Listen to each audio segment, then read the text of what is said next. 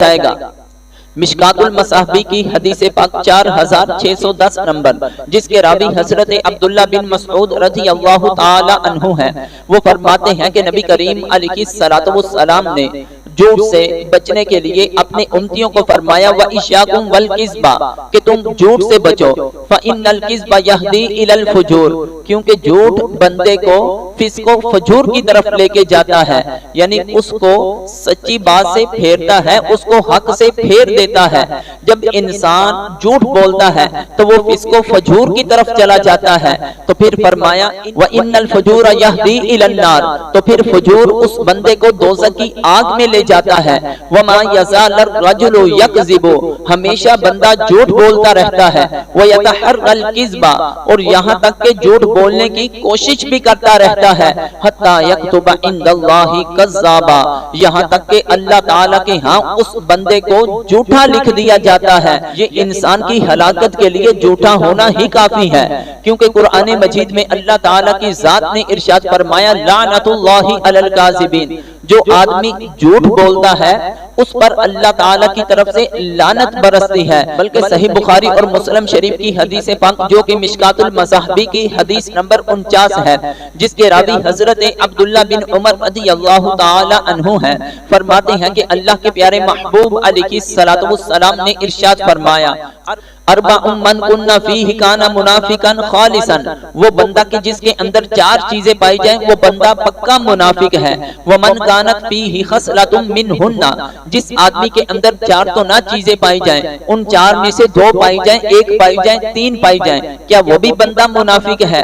فرمایا کانت فیہ خصلۃ من النفاق، تو منافقوں میں سے اگر کوئی ایک بھی خصلت پائی جاتی ہے وہ بندہ منافق کہلاتا ہے۔ حتی یدعھا، یہاں تک کہ ان عادتوں کو اپنے اندر سے ختم کر دے۔ اور وہ چار چیزیں کون سی ہیں؟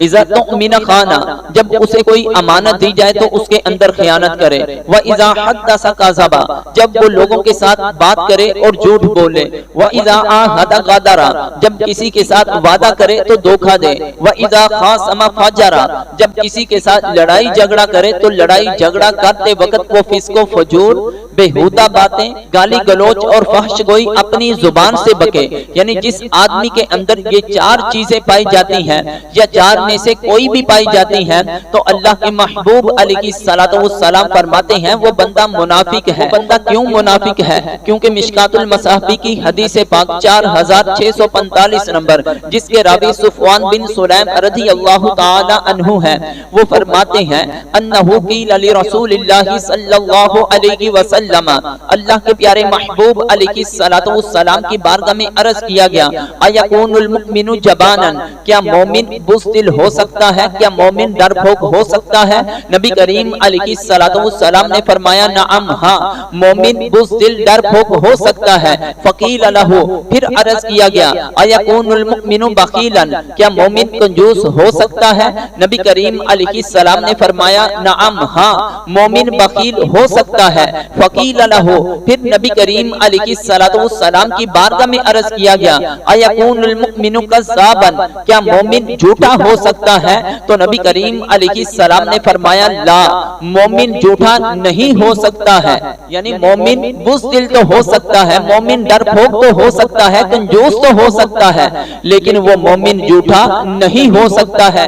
جس طرح کے مشکات المصابیح کی ایک اور حدیث پاک 4644 نمبر، جس کے راوی حضرت ابو امامہ رضی اللہ عنہ ہے، وہ فرماتے ہیں قال رسول اللہ صلی اللہ علیہ وسلم یتبع المؤمن علی الخلال کلھا، مومن کے اندر ہر طرح کی خصلت پائی جا سکتی ہے، ہر طرح کی برائی اس کے اندر پائی جا سکتی ہے، لیکن مومن کے اندر دو چیزیں جو ہیں وہ بالکل نہیں ہو سکتی، وہ اس کے ایمان کے خلاف ہوتی ہیں، وہ طبعی طور پر مومن کے اندر نہیں پائی جائیں گی۔